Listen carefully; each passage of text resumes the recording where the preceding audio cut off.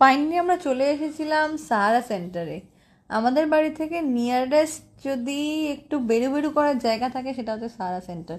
এখানে দেখো আমাদের বেবি শপিং করছে। বেবি এখন নিজে নিজেই শপিং করে। এদের বয়সে আমরা শপিং মল কাকে বলে সেটাই হয়তো জানতাম না, আর ওর কাছে সবটাই শপিং মল।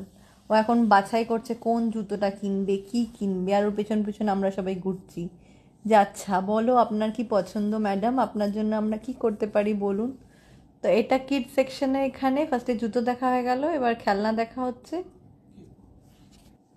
তো ম্যাডাম এখন চয়েস করছে কোনটা ওনার কাছে আছে, কোনটা ওনার কাছে নেই, কোনটা সব থেকে ভালো হবে।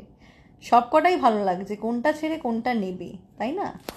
প্রচুর গভীর আলোচনার মধ্যে দিয়ে একবার দেখছে এদিক ওদিক আর কি পাওয়া যায় দেখি। এত খেলনা, চারিদিকেই খেলনা, পুরো দোকানটাই নিয়ে নেবো। খুব চিন্তার মধ্যে আছে, ওকে যদি পারি একটু চিন্তামুক্ত করার চেষ্টা করছি।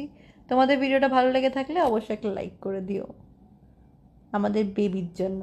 বাই, দেখা হচ্ছে নেক্সট ভিডিওতে।